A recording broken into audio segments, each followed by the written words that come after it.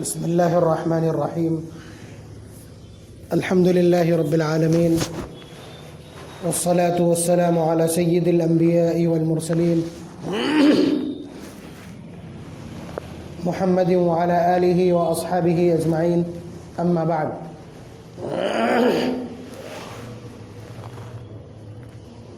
أعوذ بالله من الشيطان الرجيم. بسم الله الرحمن الرحيم. وهو الذي أنشأ جنات معروشات وغير معروشات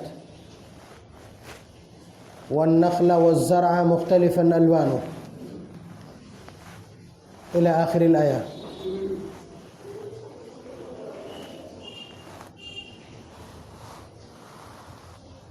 آج کی بات نیا عنوان ہے، اور نیا عنوان اس لیے بھی ہے کہ ابھی جمعیت علماء ہند نے اپنے کارندوں سے اور اپنے سے وابستہ لوگوں سے ایک گزارش کی تھی، بلکہ اس کے لیے ایک ہفتہ مقرر کیا تھا 26 جنوری سے لے کر کے اور آگے فروری کے ابتدائی دنوں میں، کہ اس میں شجر کاری مہم، جسے ہندی میں ورکشاروہڑ کہتے ہیں، شجر کاری مہم. جمعیت علماء تو ایک دینی تنظیم ہے بنیادی اعتبار سے، کہ جو ملت کے حقوق کی پاسبانی کرتی ہے اور ملت کو حقوق کی ادائیگی کے لیے مہمیز کرتی ہے.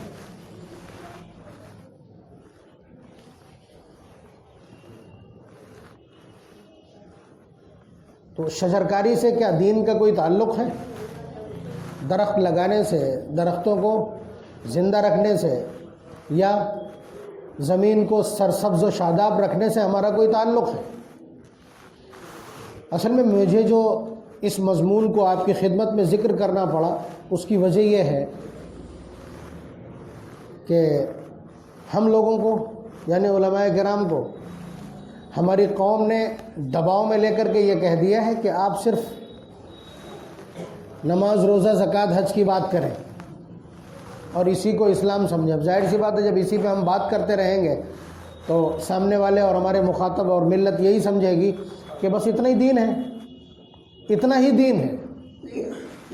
جبکہ دین ایک کائنات کے جتنے بھی آج تک نظام پیش کیے گئے ہیں، چاہے وہ انبیاء علیہم الصلاۃ والسلام لے کر کے آئے ہوں، اور چاہے وہ آسمانی کتابوں کی شکل میں موجود ہوں، اور چاہے دنیا کی کسی قانون ساز اسمبلی نے اس کو تشکیل دے کر کے لوگوں کے سامنے پیش کیا ہو، اسلام کے مقابل کسی قانون اور آئین کی کوئی ویلیو اور اہمیت اور حیثیت نہیں ہے. یہ دنیا نے تسلیم کر لیا ہے دبی زبان سے.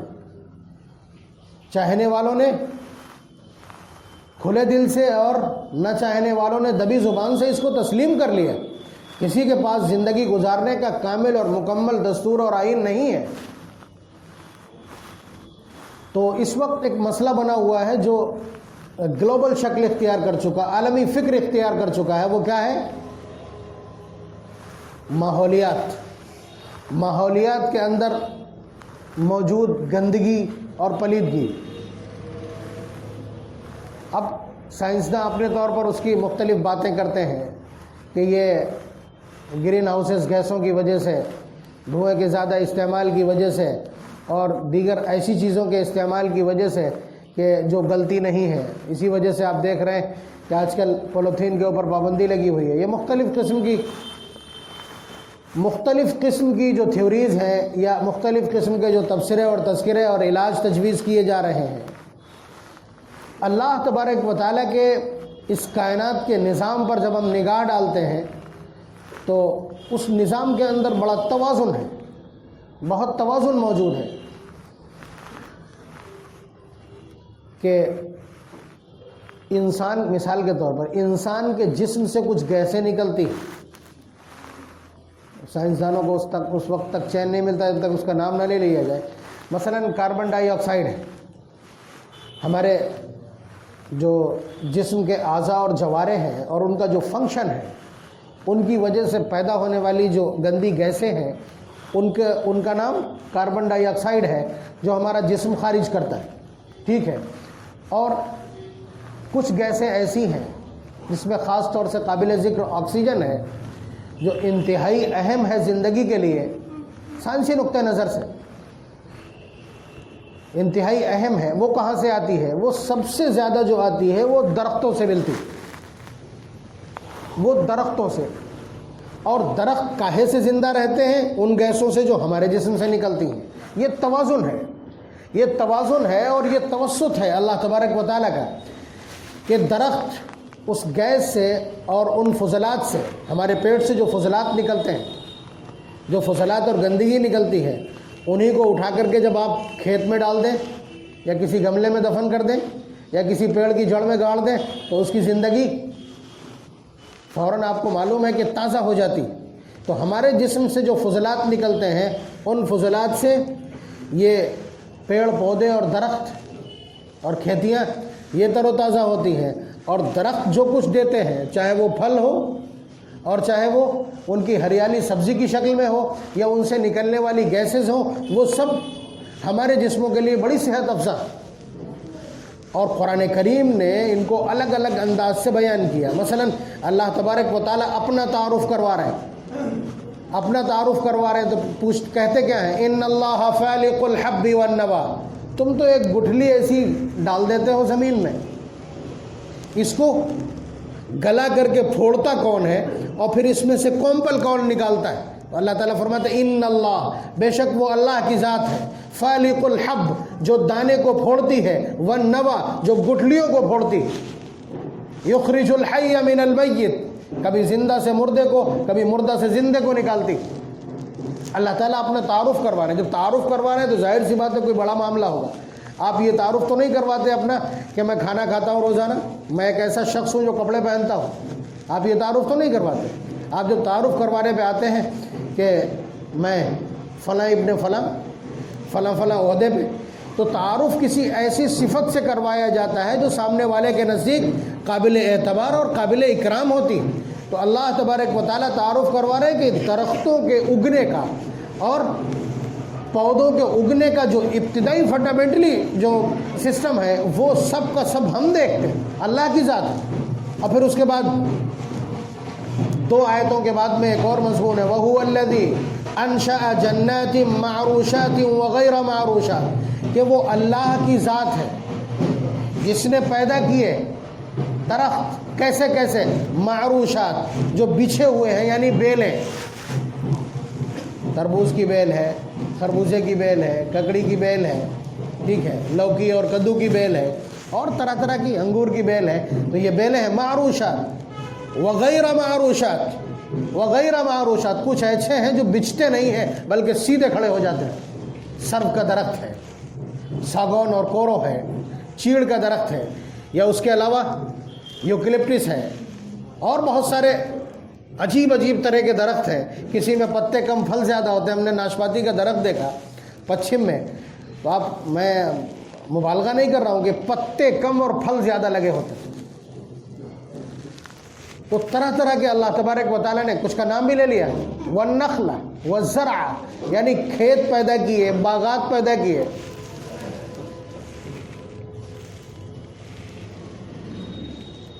انظروا الى ثمره اذا اثمر وينعي. دیکھیے قرآن حکم دے رہا ہے، اور قرآن جس عمل کا حکم دیتا ہے وہ عبادت ہوتی ہے. انظروا الى ثمره اذا اثمر وينعي، تم لوگ دیکھا کرو جب ان کا پھل آتا ہے اور پھر اس کے پکنے کا جو پروسیس ہے اس کو دیکھا کرو. انظروا، دیکھو. الى ثمره اذا اثمر وينعي، اور اس کے جو پکنے کا جو مرحلہ ہے اس کو بھی دیکھا کرو. ان فی ذلکم لآیات، تمہیں اللہ تعالیٰ کی نشانیاں نظر آئیں گی. دیکھنے کا قرآن کریم نے حکم دے دیا. آپ جائیے کسی بہت بڑے مینٹل اسپیشلسٹ کے پاس، جو بہت بڑا سائیکٹرسٹ ہو، خاص طور سے سائیکٹرسٹ کے پاس جائیے، اس سے پوچھئے کہ فلاں شخص سائیکو ہو گیا، اس کے لیے کیا کیا چیزیں بہتر ہیں، تو کاؤنسلنگ بتا دے گا. اس کے علاوہ یہ بھی بہت بڑا علاج ہے کہ ایسے بندے کو آپ کسی باغ میں جا کے بٹھا دیں جہاں پھل اور پھول ہو، جہاں پھل اور پھول ہو. آپ سمجھیے کہ کوئی بھی دیوانہ شخص کسی کے اوپر ہذیان طاری ہو، کوئی سائیکو ہو گیا ہو، تو اس کے لیے یہ منظر دیکھنا علاج ہے۔ لوگ اپنے گھروں کے آگے لان اسی لیے بناتے ہیں کہ جب ٹینس ہوں گے تو آ کر کے یہاں بیٹھیں گے، یہاں سے نکلنے والی جو گیسز ہیں وہ ہمارے دماغ کا علاج کر دیں گی، اور یہ خوشنما جو منظر ہے۔ آپ مسوری کاہے کے لیے جاتے ہیں؟ سسرال ہے وہاں آپ کی، کوئی رشتہ داری ہے؟ کچھ نہیں، صرف وہ سبزہ زار جو منظر ہے، اس منظر سے آپ کے دل کو فرحت میسر آتی ہے۔ آپ جاتے ہیں پتہ نہیں، اس لیے کہ سب جاتے ہیں تو ہم بھی جاتے ہیں، میں اس کے پیچھے کا منظرنامہ بتلا رہا ہوں۔ آپ ایسے ہی ہل اسٹیشن پہ جانا پسند کرتے ہیں جہاں ہریالی موجود ہوتی، وجہ وہی ہے کہ تھوڑی فرحت اور انبساط کیفیت کو میسر آ جائے۔ تو یہ قرآن کریم کے منشور میں داخل ہے۔ سب سے پہلا منشور تو یہ ہے کہ آپ اس پورے پروسیس کو دیکھیے، اس پورے پروسیس کو دیکھیے۔ میری ایک بہت بڑے پروفیسر سے بات ہو رہی تھی، بات کسی اور اس پہ ہو رہی تھی، لیکن میں نے یہ مثال دی تھی۔ میں نے کہا آپ اس دھرتی کو نمن اس لیے کرتے ہو کہ یہ ان داتا ہے، کہ اس سے ان اگتا ہے، ہمارے لیے غلہ اگتا ہے جس سے ہماری زندگی قائم ہے۔ میں نے ان سے پوچھا کہ اگر اس زمین کے پاس غلہ موجود ہے تو آپ اسٹاک دکھلائیے کہاں ہے کھود کر کے، آج تک پایا کسی نے؟ تو کہنے لگے وہ تو اوپر سے ہی چلتا ہے، مطلب اس کا سسٹم اوپر سے دیکھا جاتا ہے۔ تو میں نے کہا ہمارے اور آپ کے عبادت کرنے میں فرق یہی ہے کہ آپ ریسورسز کی پوجا کرتے ہو، اور ہم اس کی پوجا کرتے ہیں جس نے ان ریسورسز کو قائم کیا۔ اور اس پورے پروسیجر کو اللہ تبارک و تعالیٰ نے خود بیان کیا، اور اس بیان میں اتنی خوبصورتی ہے، اس سے پہلے مضمون ذکر کر چکا ہوں میں کہ اللہ تعالیٰ فرماتے ہیں وَهُوَ الَّذِي يُرْسِلُ الرِّيَاحَ بُشْرًا بَيْنَ يَدَيْ رَحْمَتِهِ، وہ اللہ ہی کی ذات ہے جو تمہارے سامنے پہلے خوشخبری دینے والی ہوائیں چلاتی۔ جون کے مہینے میں جب 15 جون تک ہم پہنچتے ہیں تو پروائی چلنا شروع ہوتی ہے، اس لیے کہ ہمارا مانسون خلیج بنگال سے آتا ہے۔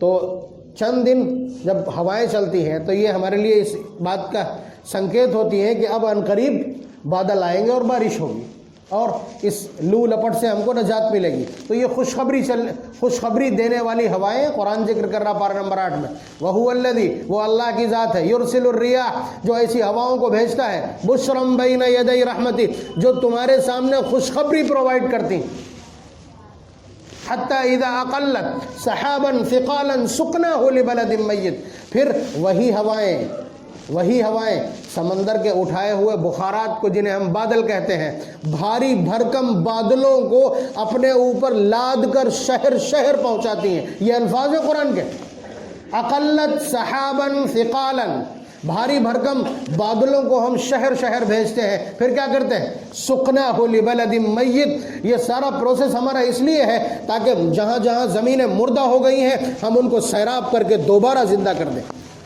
آپ بتلائیے، ایک بار جب آپ گیہوں اگا لیتے ہیں اپنے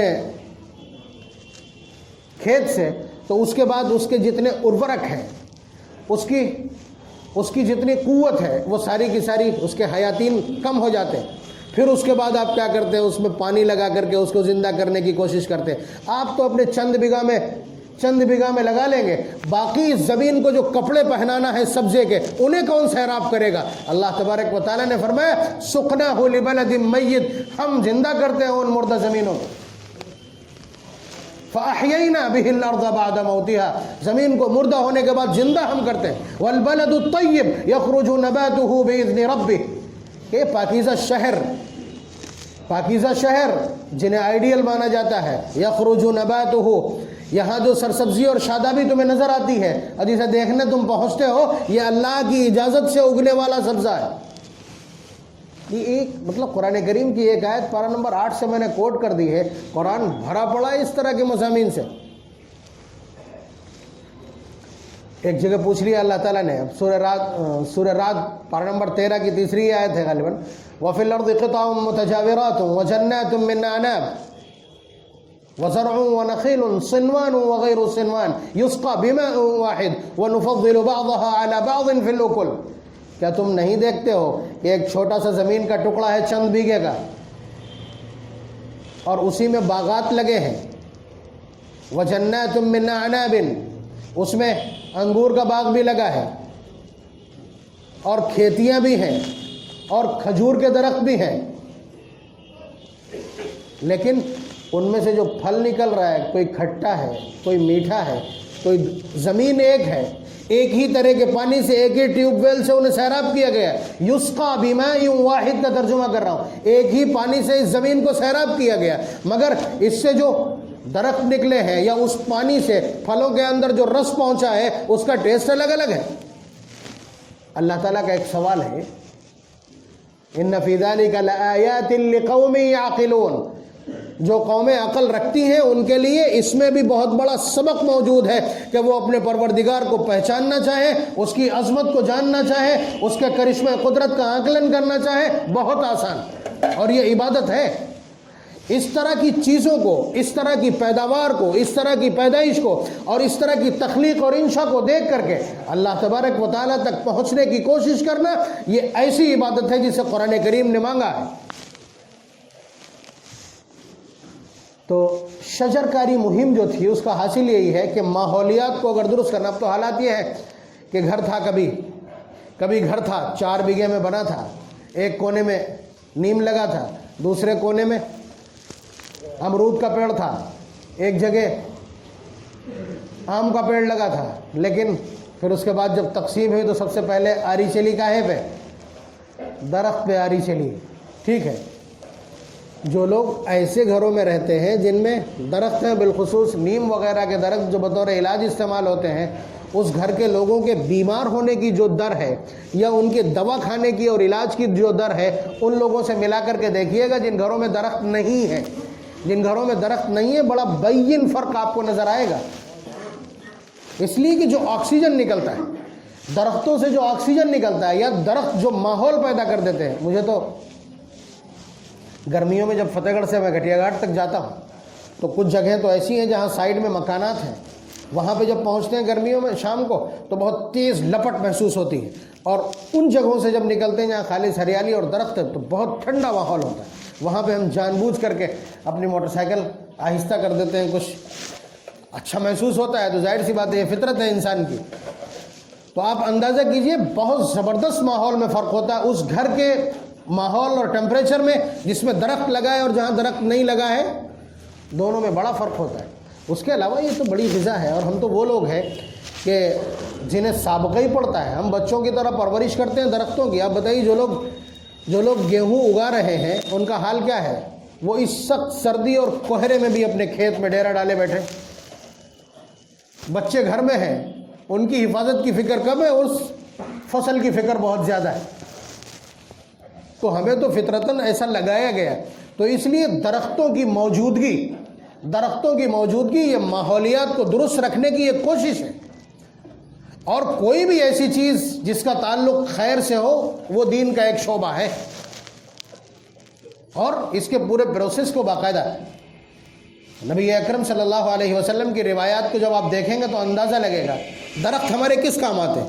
کبھی یہ ہم کو جب سرسبز و شاداب ہیں تو ہم کو یہ سایہ دیتے ہیں اور آکسیجن ملتا ہے، ٹھنڈک میسر آتی ہے، اور فضا میں جتنی آلودگی ہے وہ آنگن میں اترنے کے بجائے ساری کی ساری قبل اس کے کہ وہ کاربن ڈائی آکسائڈ جو موجود ہے یا گرین ہاؤسز گیسیں جو فضا میں موجود ہیں وہ آپ کے آنگن میں اتریں، آپ کی سانسوں تک پہنچیں، وہ اوپر سے درخت ہی سارا کا سارا کھینچ کر کے اپنے اندر جذب کر لیتا ہے، آپ کو آکسیجن فراہم کر دیتا ہے اگر آپ کے آنگن میں درخت موجود ہے، سرسبزی موجود ہے.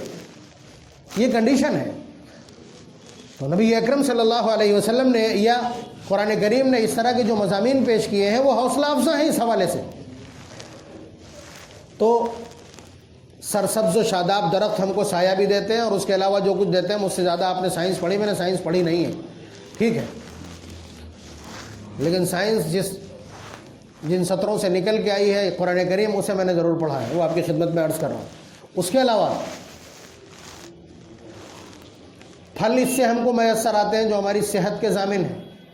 تو جب پھل چاہیے ہے، سایہ چاہیے ہے، اور اس کے بعد جب وہ ان دونوں کام کے نہیں رہ جاتے تو تیسرا کام تو وہ دیتے ہی دیتے ہیں کہ وہ آپ کے دروازے اور کھڑکیاں بنا دیں.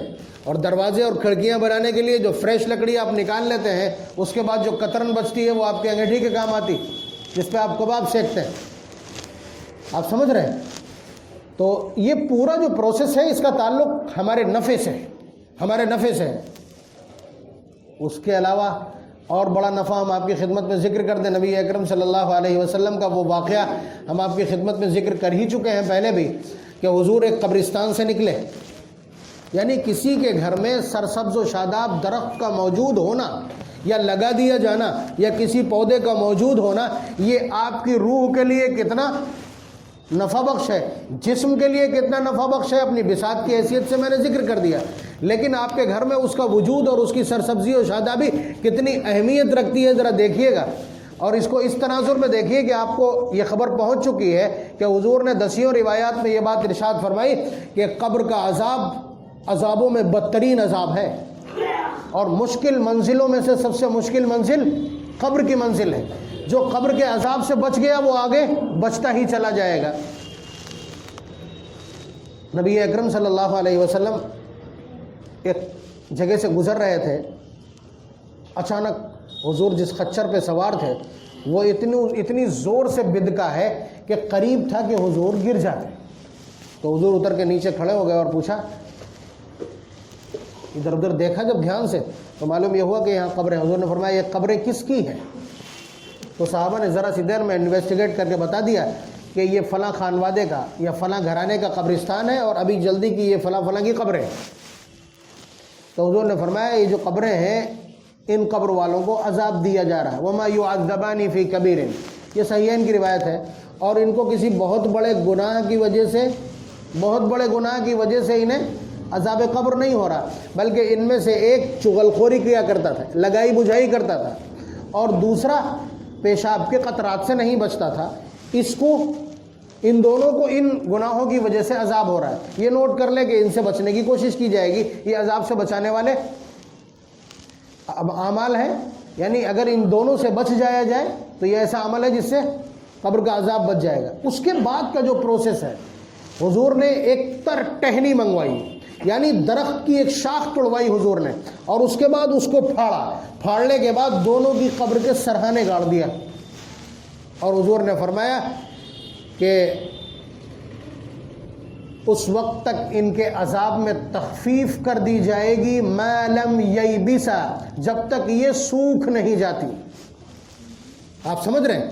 یعنی جب تک یہ دونوں ٹہنیاں اور شاخیں تر رہیں گی، سرسبز اور ہری رہیں گی، ان قبر والوں کو عذاب نہیں ہوگا۔ سمجھ رہے ہیں آپ؟ وجہ یہ قرآن کریم نے دوسری جگہ کہا نا، وَالنَّجْمُ وَالشَّجَرُ يَسْجُدَانِ، پارہ نمبر 27 سورہ رحمان کی ابتدائی آیات میں سے، کہ وہ درخت جن پر پھل پتے کچھ بھی نہیں ہے وہ بھی اللہ تعالیٰ کی بارگاہ میں سجدہ کرتے ہیں، اور جن پر درخت ہیں وہ بھی اللہ تعالیٰ کی بارگاہ میں سجدہ کرتے ہیں۔ وَإِن مِّن شَيْءٍ إِلَّا يُسَبِّحُ بِحَمْدِهِ وَلَكِن لَّا تَفْقَهُونَ تَسْبِيحَهُمْ، اللہ تعالیٰ کی پیدا کی ہوئی ہر چیز اللہ تعالیٰ کی تسبیح بیان کرتی ہے، لیکن تم ان کی تسبیح کو سمجھتے نہیں۔ بلکہ روایات تو یہ ہے کہ شب قدر میں یہ سارے کے سارے درخت جھک کر کے اللہ کی بارگاہ میں سجدہ کرتے ہیں، دیکھنے والی آنکھیں دیکھ لیتی ہیں ان کو۔ تو یہ سب کچھ حضور نے اس لیے کیا کہ جب تک یہ ہری اور سرسبز رہیں گی اللہ کی تسبیح بیان کرتی رہیں گی۔ اسی لیے یہ مسئلہ سمجھ لیجئے کہ قبرستان کی کسی بھی ہری بھری گھاس یا پودے اور پیڑ کو کبھی آپ چھیڑیں نہ، اکھاڑا نہ جائے۔ حرم کے اندر، حرم کے پورے علاقے میں کہیں آپ کوئی گھاس ٹچ نہیں کر سکتے، یہ بھی منع ہے۔